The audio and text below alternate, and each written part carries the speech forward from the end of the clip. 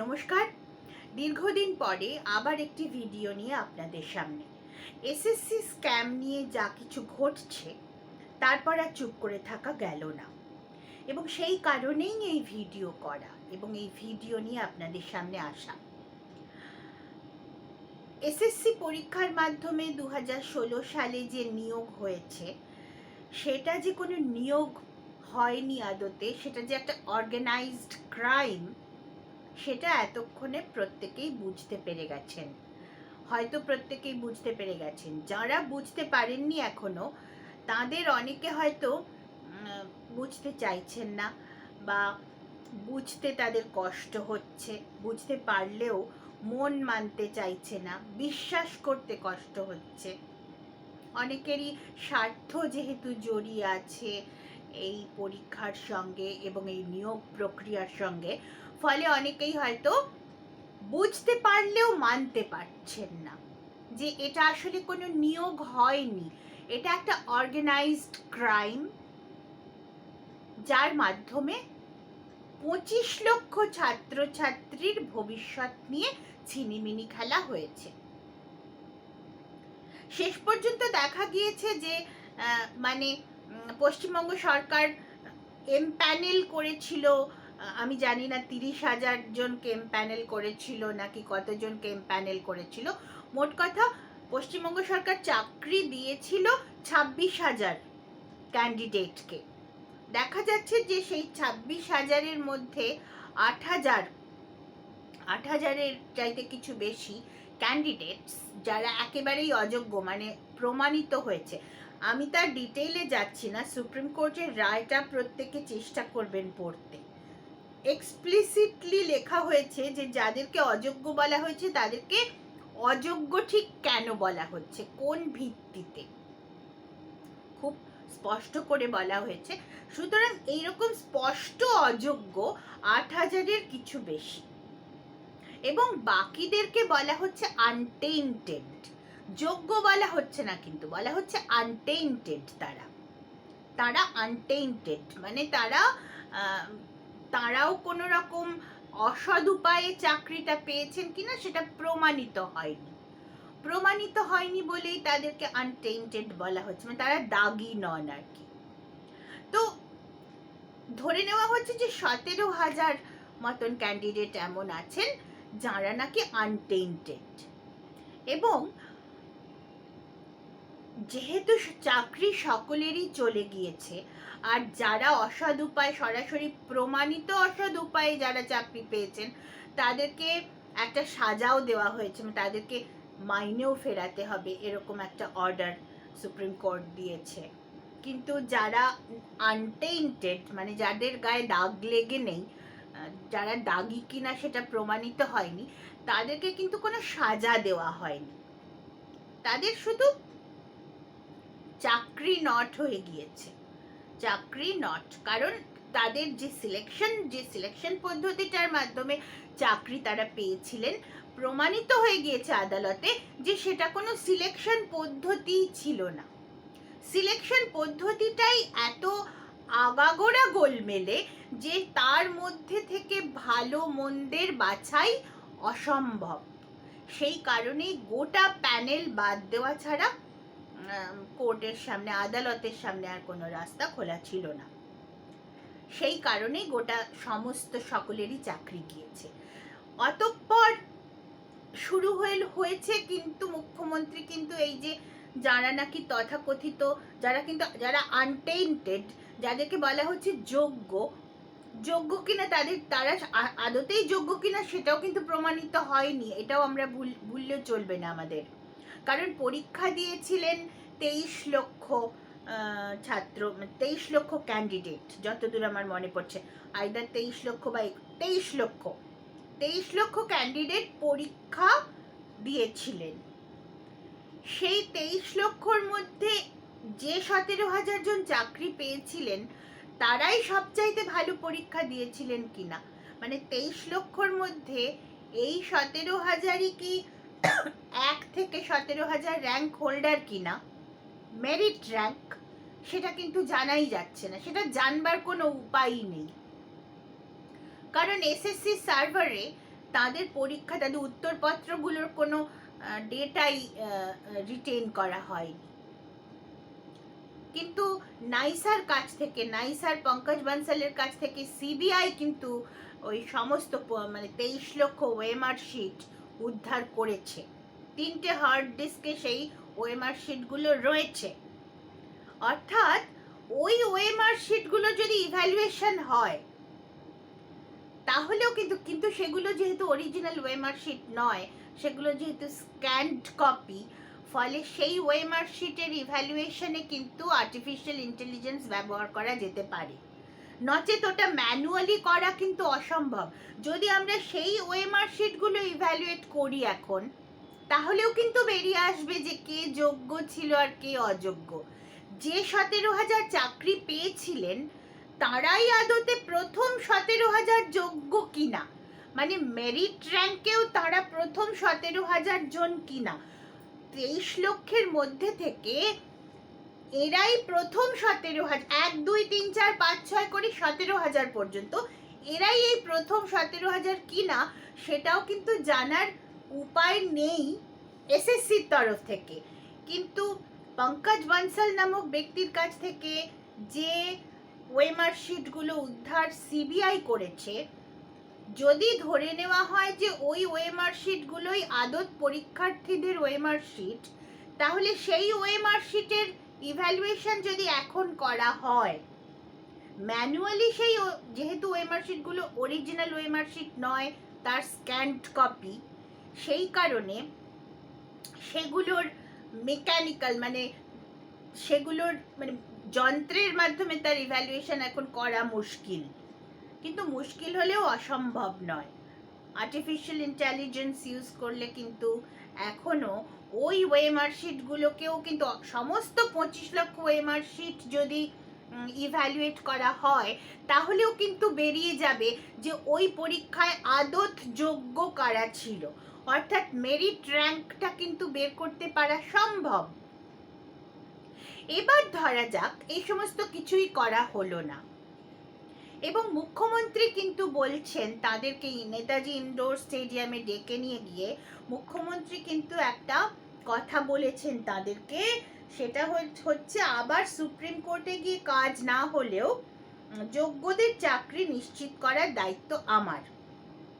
স্কুলে যান, কেউ বারণ করবে না, ভলান্টারিলি কাজ করুন, 2 মাসের মধ্যে চাকরি নিশ্চিত করব, কারো সার্ভিস ব্রেক হবে না। এটা সংবাদ প্রতিদিনের খবর। অর্থাৎ মুখ্যমন্ত্রী বলছেন যে ভলান্টারি সার্ভিস দিন। ঠিক একথা সত্যি যে চাকরি যাওয়ার পর যদি কোনো ব্যক্তি আবার তৎসত্ত্বেও স্কুলে যান এবং চাকরি করতে যান, মানে মাইনে নেন তার বদলে, তাহলে কিন্তু তিনি কন্টেম্পট অফ কোর্ট করছেন। কিন্তু যদি কোনো ব্যক্তি, কোনো শিক্ষক বা শিক্ষিকা যদি বলেন যে আমি পড়াতেই এসেছি কিন্তু আমার মাইনে চাই না, অর্থাৎ ভলান্টারি সার্ভিস যেটা মুখ্যমন্ত্রী বলেছেন ওনাদেরকে দিতে, সেটা যদি দিতে যান তাহলে তো কেউ বারণ করতে পারে না। ভলান্টারি সার্ভিস, আমি যদি কোনো স্কুলে যাই এবং গিয়ে বলি যে আমি অমুক বিষয়টা পড়াতে চাই, আমাকে কোনো মাইনে দিতে হবে না, আমি এমনিই পড়াবো, আমি ফ্রিতে ছাত্রছাত্রীদেরকে পড়াবো, এটা তো কেউ বলতেই পারে। সিমিলারলি যাদের চাকরি গিয়েছে তারাও যদি নিজের স্কুলে ফিরে যায় এবং ফিরে গিয়ে ভলান্টারি সার্ভিস অফার করে, তাহলে তো কোনো অসুবিধে থাকার কথা নয়, যেটা মুখ্যমন্ত্রী বলেছেন। এবার আমার যেটা মনে হচ্ছে যে মুখ্যমন্ত্রী এটা কেন বললেন, কারণ কোর্টের নির্দেশ আছে যে আবার একটা পরীক্ষা নিতে হবে, নিয়োগের পরীক্ষা নিতে হবে। এবার ধরুন আমরা জানি যে মোট 26,000টা চাকরি আছে, মানে 26,000 পোস্ট ভ্যাকেন্সি আছে, 26,000 ভ্যাকেন্সি, 26,000 টিচারের এবং নন টিচিং স্টাফের ভ্যাকেন্সি আছে। সুতরাং যদি দেখা যায় যে সেই পরীক্ষাটায় বসবার জন্য যে পরীক্ষাটা ওনাদেরকে নিতে হবে, গভর্নমেন্ট অফ ওয়েস্ট বেঙ্গলকে নিতে হবে সুপ্রিম কোর্টের নির্দেশ অনুযায়ী, সেই পরীক্ষায় বসার একটা ক্রাইটেরিয়ন যদি এইটা হয় যে 2 মাস ভলান্টারি সার্ভিস দেওয়া থাকতে হবে, ন্যূনতম 2 মাস ভলান্টারি সার্ভিস দেওয়া জরুরি। মানে শিক্ষাগত যোগ্যতা যা কিছু থাকা দরকার সেগুলো তো থাকলোই, সেই সঙ্গে যদি একটা অ্যাডিশনাল ক্রাইটেরিয়ন অ্যাড করে পশ্চিমবঙ্গ সরকার, যে 2 মাসের ভলান্টারি সার্ভিস দেওয়ার সার্টিফিকেট থাকতে হবে, তাহলেই এই পরীক্ষায় ওই পার্টিকুলার ক্যান্ডিডেটটি বসতে পারবে, অ্যাপ্লাই করতে পারবে। যদি এরকম ক্রাইটেরিয়ন দিয়ে দেওয়া হয়, সেক্ষেত্রে যেটা হবে সেটা হচ্ছে এই যে যাদের যে সমস্ত শিক্ষক শিক্ষিকাদের চাকরি গিয়েছে, তাদের মধ্যে যারা ভলান্টারি সার্ভিস দিতে যাবেন না, তারা কিন্তু আবার অ্যাপ্লাই করতে পারবেন না চাকরিটাতে। তাদের আর কোনো উপায়ই থাকবে না অ্যাপ্লাই করার, কারণ তাদেরকে ওই ক্রাইটেরিয়ন দিয়েই বের করে দেবেন। মুখ্যমন্ত্রী সম্ভবত চাইছেন এবার আরো মানে পরীক্ষাটাই নিতে না হোক। সেটা কখন সম্ভব? যদি ভ্যাকেন্সির চাইতে পরীক্ষার্থীর সংখ্যা কম হয়, ভ্যাকেন্সির চাইতে যদি অ্যাপ্লিকেন্টসের সংখ্যা কম হয়, তাহলে তো পরীক্ষাই নিতে হবে না। সেইটাই সম্ভবত মুখ্যমন্ত্রী চাইছেন এবং সেই কারণেই ভলান্টারি সার্ভিস দিতে যেতে বলছেন। সম্ভবত এই ভলান্টারি সার্ভিস ক্লজটা এলিজিবিলিটি ক্রাইটেরিয়ার মধ্যে ঢোকানো হবে, যে যারা অন্তত ন্যূনতম 2 মাসের ভলান্টারি সার্ভিস সার্টিফিকেট যাদের কাছে আছে, তারাই এই পরীক্ষায় বসতে পারবে। এবং সেক্ষেত্রে যদি সংখ্যাটা 26,000-এর কম হয়ে যায়, অ্যাপ্লিকেশনস যদি 26,000-এর কম পড়ে, তাহলে আর পরীক্ষা নিতে হচ্ছে না, এসএসসির মাথাতেও কোনো ঝঞ্ঝাট থাকছে না। সম্ভবত এটাই government of West Bengal plan করছে। কারণ গভর্নমেন্ট অফ ওয়েস্ট বেঙ্গল আমরা কিন্তু একদিনে বুঝতে পেরে গেছি যে গভর্নমেন্ট অফ ওয়েস্ট বেঙ্গল কিন্তু খুব একটা বিশ্বাসযোগ্য কোনো এন্টিটি নয়। তারা কিন্তু প্রতি মুহূর্তেই ভারতের সংবিধানের বিরুদ্ধে গিয়ে কাজ করছে। এটা বলতে এখন আর কোনো হেসিটেশনের জায়গাই নেই, কারণ এই হেসিটেশনটা রাখবার মতন অবস্থায় গভর্নমেন্ট অফ ওয়েস্ট বেঙ্গলই আমাদেরকে রাখেনি। তারা কিন্তু যা খুশি করছেন একরকম, মানে তারা মানছেন না, তারা কিন্তু মানছেন না, মানে ভারতের সংবিধানের বিরুদ্ধে দাঁড়াচ্ছেন। সুতরাং অথচ কাগজে কলমেও বিষয়টাকে একটু ঠিকঠাক রাখার চেষ্টা করছেন, কিন্তু তাদের কাজকর্ম কিন্তু সংবিধানের স্পিরিটকে এবং সংবিধানকেও সরাসরি ভায়োলেট করেই বেরোচ্ছে। কিন্তু সেই কারণে আমরা বুঝতে পারছি যে গভর্নমেন্ট অফ ওয়েস্ট বেঙ্গল একটা কোনো কৌশল তো করবার চেষ্টা করবেই। সম্ভবত এটাই সেই কৌশল। মুখ্যমন্ত্রী বলেছেন যখন ভলান্টারি সার্ভিসের কথা, তখন কৌশলটা হয়তো এটাই যে ওই ভলান্টারি সার্ভিস সার্টিফিকেট না থাকলে পরীক্ষায় তারা বসতে পারবে না। এক্ষেত্রে আমার একটা সাজেশন আছে, সমস্ত যারা এসএসসি পরীক্ষা দিয়েছিলেন, যাদের চাকরি গিয়েছে তাদের সকলকে, এবং যারা আদৌ চান্স পাননি, আসলে কিন্তু ক্যাটেগরিটা যোগ্য আর অযোগ্য বা টেন্টেড আনটেন্টেড নয়, আর একটা থার্ড ক্যাটেগরি আছে, যেটাই কিন্তু সবচাইতে বড় ক্যাটেগরি। সেটা হলো 22,24,000 ক্যান্ডিডেটের একটা ক্যাটেগরি, যাদেরকে বলা যেতে পারে আনসিলেক্টেড। টেন্টেড, আনটেন্টেড, আনসিলেক্টেড, এই আনসিলেক্টেডরাই কিন্তু সংখ্যায় সবচাইতে বেশি, 22,24,000। 22,24,000 কিন্তু আনসিলেক্টেড। সুতরাং যদি, এবং পরীক্ষা কিন্তু সুপ্রিম কোর্টের নির্দেশ অনুযায়ী পরীক্ষা কিন্তু নিতে বলা হচ্ছে এই সবার, অর্থাৎ আবার যখন এসএসসি পরীক্ষা হবে তখন কিন্তু প্রত্যেকেই পরীক্ষায় বসতে পারবেন। 2016 সালে যারা যারা পরীক্ষায় বসেছিলেন, মানে ওই 23 লক্ষ ক্যান্ডিডেট প্রত্যেকেই এলিজিবল হচ্ছেন সুপ্রিম কোর্টের নির্দেশে। এবার গভর্নমেন্ট অফ ওয়েস্ট বেঙ্গল যদি সেখানে একটা ক্রাইটেরিয়ন ঢোকায় যে 2 মাস ভলান্টারি সার্ভিস দেওয়ার সার্টিফিকেট থাকতে হবে, সেক্ষেত্রে যারা আনসিলেক্টেড ছিলেন, যারা চাকরিটা পাননি, তারা তো আর এলিজিবলই থাকছেন না পরীক্ষা দেওয়ার জন্য।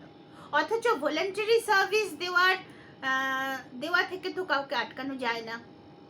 সুতরাং এক্ষেত্রে আমার মনে হয় যে যারা যারা পরীক্ষায় বসেছিলেন শুধুমাত্র যাদের চাকরি গিয়েছে তারা নন, যারা যারা সেই পরীক্ষায় বসেছিলেন তাদের প্রত্যেকেরই উচিত কোনো না কোনো সরকারি স্কুলে গিয়ে ভলান্টারি সার্ভিস দিতে চাওয়া। ভলান্টারি সার্ভিস পয়সা না নিয়ে, অর্থাৎ চাকরি চাওয়া নয়, শুধু কাজ করতে চাওয়া, তার সার্ভিসটাকে প্লেজ করা। সরকারি স্কুলের ছাত্র পড়ানোর কাজ হোক অথবা group C group D non teaching স্টাফের কাজ হোক, যে কাজই হোক সেটাকে ভলান্টিয়ার করতে চাওয়া, এতে তো কোনো অন্যায় নেই এবং এতে কাউকে আটকানোও যায় না। মুখ্যমন্ত্রী তো আটকাতে পারেন না। যারা আনসিলেক্টেড ছিলেন, পরীক্ষা হলে তো তারাও আবার এলিজিবল হচ্ছেন পরীক্ষায় বসতে, কিন্তু আমাদের যেন মনে হচ্ছে, আমার অন্তত মনেই হচ্ছে যে মুখ্যমন্ত্রী এটা বলেছেন তার মানে কিছু একটা চলছে গভর্নমেন্ট অফ ওয়েস্ট বেঙ্গলের মাথার মধ্যে। গভর্নমেন্ট অফ ওয়েস্ট বেঙ্গল সরকার যারা চালায় তাদের মাথার মধ্যে নিশ্চয়ই একটা কিছু চলছে। যদি এটাকে একটা কোনো সূক্ষ্ম ক্রাইটেরিয়ন হিসেবে ওরা গুজে দিতে চান, সেক্ষেত্রে কিন্তু ওই 22,24,000 ক্যান্ডিডেটের কোনো স্কোপই থাকবে না পরীক্ষায় বসার। এবং যদি এই যারা 17,000-এর মধ্যে, যে 17,000 বা যে 26,000-এর চাকরি গিয়েছে তাদের মধ্যে যদিও 8,000 অযোগ্য, কিন্তু মুখ্যমন্ত্রী তো কাউকেই অযোগ্য বলে মনে করেন না। মুখ্যমন্ত্রীর ডেফিনিশনে কিন্তু কেউ অযোগ্য নন। সে ঘুষ দিয়ে, ম্যানিপুলেট করে, স্ক্যাম করে, করাপশন করে, যেভাবেই চাকরি পাক না কেন সবটাই যোগ্য। মুখ্যমন্ত্রী তো এরকমই বলতে চান, ওনার জগৎটা এইরকম, ওনার জগৎটা এইরকম।